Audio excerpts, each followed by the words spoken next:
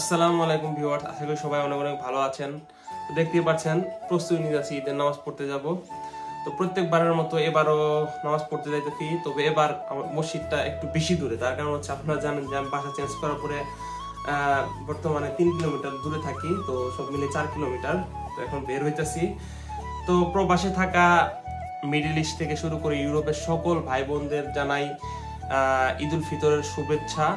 এতটুকু ভাগ্যে জুটে যে নামাজটা অন্তত পড়তে পারি, কারণ ইতালিতে অনেক অনেক জায়গায় এটার সুযোগ নাই। তার কারণ হচ্ছে সব জায়গায় মসজিদ নাই। আমি যে এলাকায় আছি, এলাকায় ভাগ্যবশত একটা মসজিদ আছে এবং এই জায়গায় কমিউনিটি খুব ভালো, যার কারণে নামাজ পড়ার সুযোগ আছে।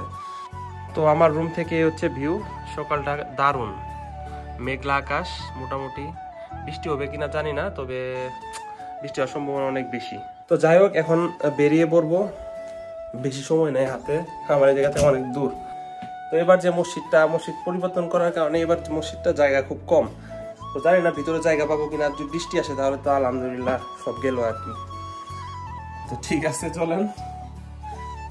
তো যাই হোক, ঠান্ডা নাই বললেই চলে আজকে। যাক, খুব দারুণ একটা ওয়েদার। তবে ছুটি পাইলে খুব ভালো হইতো, একটু ঘোরাফেরা করতাম। এরপরও দেখি যদি বাই চান্স ব্যাকআপ লোক চলে আসে তাহলে অবশ্যই আমার ছুটি। তো জানি না এখনো কি হবে, তো আমি আশায় আছি যে ব্যাকআপ লোকটা আসবে ইনশাল্লাহ। তো যাই হোক, আমরা চলে যাবো। এই হচ্ছে আমার সাইকেল, এই সাইকেল দিয়ে আমি যাবো।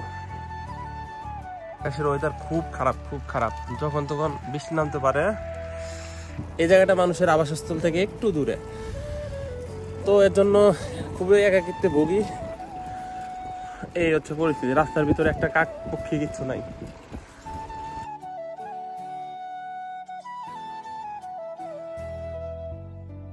তো মসজিদে চলে আসছি। এই যে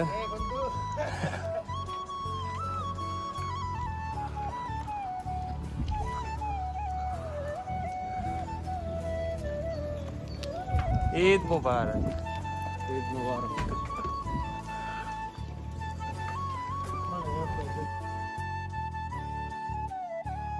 তো এই হচ্ছে মূলত আমাদের নতুন মসজিদ।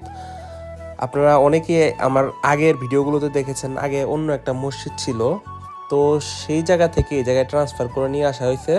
তো এই যে মসজিদটা, এটা দেখে মনে হবে না মসজিদ, কারণ এটা একটা বাসা ছিল আগে, তারপর এটা তারা কিনে এটা মসজিদে রূপান্তরিত করছে। তো নামাজ অলরেডি শেষ হয়ে গেল। শেষ হয়ে যাওয়ার পরে এই যে আমাদের বাঙালি কমিউনিটির ভাই বাদাররা সবাই কোলাকুলি করতেছে। তো আমরা যে এলাকায় থাকি, এই এলাকা কিন্তু একটা মুসলমান অধ্যুষিত এলাকা বলতে পারেন, যার কারণে আশপাশের 30 কিলোমিটারের ভিতরে এই একটা মাত্র মসজিদই আছে। এবং এই জায়গায় মুসলমান যে কমিউনিটি, এটা কিন্তু অনেক স্ট্রং। এর আগে যে জায়গায় মসজিদ ছিল, সেখানে কিন্তু এই মসজিদের যে জায়গাটা, সেটা কিন্তু এত বড় ছিল না। এটা কিন্তু হিউজ পরিমাণে একটা বড় জায়গা নিয়ে করা হয়েছে এবং হিউজ পরিমাণ মানুষ এই জায়গায় নামাজ পড়তে পারে। তো যাই হোক, আমরা মুসলমান কমিউনিটি, আমরা যে এরিয়ায় থাকি কদ্রৈপ, এই জায়গায় অনেক ভালো একটা অবস্থানে আছি। এটা হচ্ছে সব থেকে ভালো একটা বিষয়। এই হচ্ছে আমাদের পুরা মসজিদ প্রাঙ্গণটা, দেখেন কত বড়, বিশাল একটা এরিয়া। তো যাই হোক, যারা এই মসজিদটা নির্মাণ করেছে বা এই জায়গায় প্রতিস্থাপন করেছে, তাদের প্রতি আমার মনের অন্তরস্থল থেকে জানাই অনেক অনেক ভালোবাসা এবং শুভকামনা। তো এই হচ্ছে আমার এলাকার ভাই ব্রাদার, যারা এই এলাকাতে আমাদের পড়ে আসছে, সিনিয়র না, জুনিয়র আর কি, কিন্তু সবাই অনেক ফ্রেন্ডলি আর কি, খুব ভালো মানসিকতা সবারই। তো আমরা মোটামুটি অনেকেই যারা ক্যাম্পে ছিলাম, অনেকেই ক্যাম্প থেকে বের হয়ে গেছি। এখন আমরা বাইরে বাসা ভাড়া নিয়ে থাকি, অথবা যে যার মতো থাকি। অনেকে নিজের পায়ে দাঁড়ানো শিখে গেছে। এই এলাকার অনেক বাঙালি বর্তমান সময়ে অবস্থান করতেছে। আগে কিন্তু এত বাঙালি ছিল না।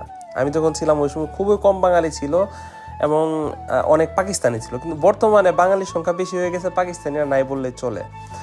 তো এভাবেই আমাদের বাঙালি কমিউনিটি ইউরোপের মাটিতে এগিয়ে যাক, এবং আমরা যে এলাকায় থাকি, এলাকায় যতগুলো বাঙালি ভাই ব্রাদার আছে, সবাই অনেক ফ্রেন্ডলি এবং সবাই সবাইকে মোটামুটি সাহায্য সহযোগিতা করে যে কোনো বিপদে পড়লে, এটা হচ্ছে সব থেকে ভালো বিষয়। ये मेरा भाई बहुत अच्छा लग रहा है। ईद मुबारक तमाम यूरोप में रहने वाले, इटली यूरोप जितने भी सारे में लोग रहते हैं मुसलमान, सबको ईद मुबारक। बहुत अच्छा लग रहा है भैया। তো আমার সাথে যে লোকটা কিছুক্ষণ আগে ছিল, তো সে একজন পাকিস্তানি, আর এ হচ্ছে ইমন ভাই, আর এ হচ্ছে শাকিল। তো এরা অনেক পরে আসছে। তো এই জায়গায় অনেক সিনিয়র ভাই ব্রাদার আছে যারা আমারও অনেক আগে আসছে, যেমন মুস্তাক ভাই, আপনারা অনেকেই আমার ভিডিওতে তারা দেখছেন, সে কিন্তু অনেক সিনিয়র এই জায়গায়, প্রায় 2022 সালের দিকে আসছে। তো যাই হোক, এখন একটা স্বস্তির বিষয় হচ্ছে কেউ কিন্তু এখন বেকার বসে নেই, সবাই মোটামুটি ভালো ভালো কাজকর্ম করে। একটা সময় আমরা সবাই হতাশ ছিলাম যে আসলে আমাদের লাইফে কি হবে, বা আমরা ভালো কিছু করতে পারবো কিনা, বা সামনে কি হবে না হবে, এটা নিয়ে কিন্তু সবার একটা অনেক টেনশন ছিল। কিন্তু দিন যত যাইতেছে দেখেন সবাই যার যার মতো এক একটা জায়গায় দাঁড়ায় যাইতেছে। কেউ নিজের যোগ্যতায় কাজ পাইতেছে, কেউ কারোর মাধ্যমে কোনো একটা কিছু ম্যানেজ করতেছে, দেখা যায় কেউ বসে নাই, সবাই মোটামুটি সেটেল হয়ে গেছে। তো যারা হতাশায় ভুগতেছেন যে আমাদের কিছু হবে না, তাদের উদ্দেশ্যে একটা কথা বলি, ধৈর্য ধরেন, সময় দেন। ইউরোপের মাটিতে যেহেতু আছেন সেহেতু আপনাদের ভবিষ্যতে ভালো কিছুই হবে। আল্লাহ যেহেতু আপনাদের এই জায়গায় নিয়ে আসছে, ভালো একটা রিজিক দিবে, এর জন্যই কিন্তু নিয়ে আসছে এই জায়গায়। হতাশ হওয়ার কিছু নাই, আমরাও একটা সময় হতাশ ছিলাম। ইনশাল্লাহ এখন আমাদের বাঙালি কমিউনিটির সবাই কিন্তু ভালো একটা কাজ করে খুব ভালো পজিশনে মোটামুটি সবাই আছে। আর এই জায়গায় অনেক পাকিস্তানি ভাই ব্রাদার আছে যারা মোটামুটি আমাদের অনেক হেল্প করছে শুরুর দিকে, কারণ শুরুর দিকে অনেক পাকিস্তানি ছিল। তবে একটা সত্য কথা আজকে বলি, পাকিস্তানিরা খুব ফ্রেন্ডলি, এরা অনেক ফ্রেন্ডলি হয়। আমাদের বাংলাদেশি মানুষ কিন্তু এত ফ্রেন্ডলি না, ঠিক আছে? তো এই হচ্ছে আমাদের পুরা কদ্রইপর বাঙালি কমিউনিটি। তো দেখতে দেখতে পরিবার ছাড়া 4টা ঈদ। তার থেকে বড় কথা হচ্ছে ইতালি বলবো না, পুরো প্রবাসে, মানে যারা প্রবাসী আছে তাদের আসলে ঈদের কোনো আনন্দ নাই, কথা এটা আসলে বাস্তব। তো ভাবছিলাম যে সোমবারে ঈদটা হবে, একদিন ছুটি পাবো আর একদিন ছুটি নিব, 2 দিন খুব সুন্দরভাবে ভালো একটা সময় কাটাবো। কিন্তু আসলে বাস্তবতা এমন একটা জিনিস, তো বাস্তবতার কারণে আসলে কিছু হইলো না। তো যাই হোক, আমি অখুশি হইলেও অনেক মানুষের জন্য এইটা ভেবে খুশি লাগতেছে যে আমি হয়তো বা ছুটি পাই নাই বা আমার দিনটা খারাপ গেল। কিন্তু যারা ফ্যাক্টরিতে কাজ করে বা বড় বড় প্রতিষ্ঠানে কাজ করে, তাদের তো তারা অন্তত রবিবারের দিন ছুটি পাবে, অফিসিয়ালি তারা ঈদটা খুব ভালোভাবে কাটাতে পারবে। যারা রেস্টুরেন্টে কাজ করে তাদের জন্য আজকে খুব খারাপ একটা সময়। তো যাই হোক, সবার জন্য শুভকামনা। দেশ এবং প্রবাসে যারা পরিবার সহ ঈদ পালন করতেছেন তাদের সবাইকে জানাই ঈদ উল ফিতরের শুভেচ্ছা, এবং বাংলাদেশে কালকে ঈদ, বাংলাদেশের সবাইকে জানাই ঈদ উল ফিতরের শুভেচ্ছা। সবাই ভালো থাকবেন, সুস্থ থাকবেন, দোয়া করবেন আমাদের জন্য। যারা প্রবাসে আছি তারা যেন ভালো কিছু সময় কাটাতে পারি। আমরা প্রবাসী যারা আছি তারা কিন্তু আসলেই কি বলবো, তাদের আসলে ঈদ বলতে কোনো শব্দ নাই। ঈদে নামাজ শেষ করলাম, এখন চলে যাব কাজে। তো আমাদের লাইফটা কেমন যেন না, মানে এমন একটা পরিস্থিতির ভিতরে পড়ে গেছে, আসলেই দিন শেষে টাকা কামাইলেও দেখা যায় আসলে মনে সুখ নাই। ওই একটা কথা আছে না যে টাকায় সুখ দিতে পারে না, বাস্তবতা।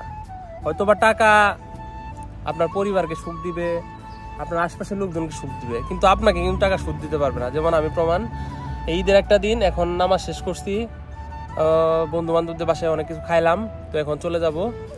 তো অনেকে আছে যারা এই সুযোগটাও পায় না, মানে আমরা তো তাও পায়ের সময় অনেক কিছু খাইলাম। অনেক ভাই ব্রাদার আছে যারা ইতালির এমন এমন জায়গায় থাকে যেসব এরিয়াতে মসজিদ নাই, নামাজ নাই, কোনো সিচুয়েশন নাই, তাদের কি হাল?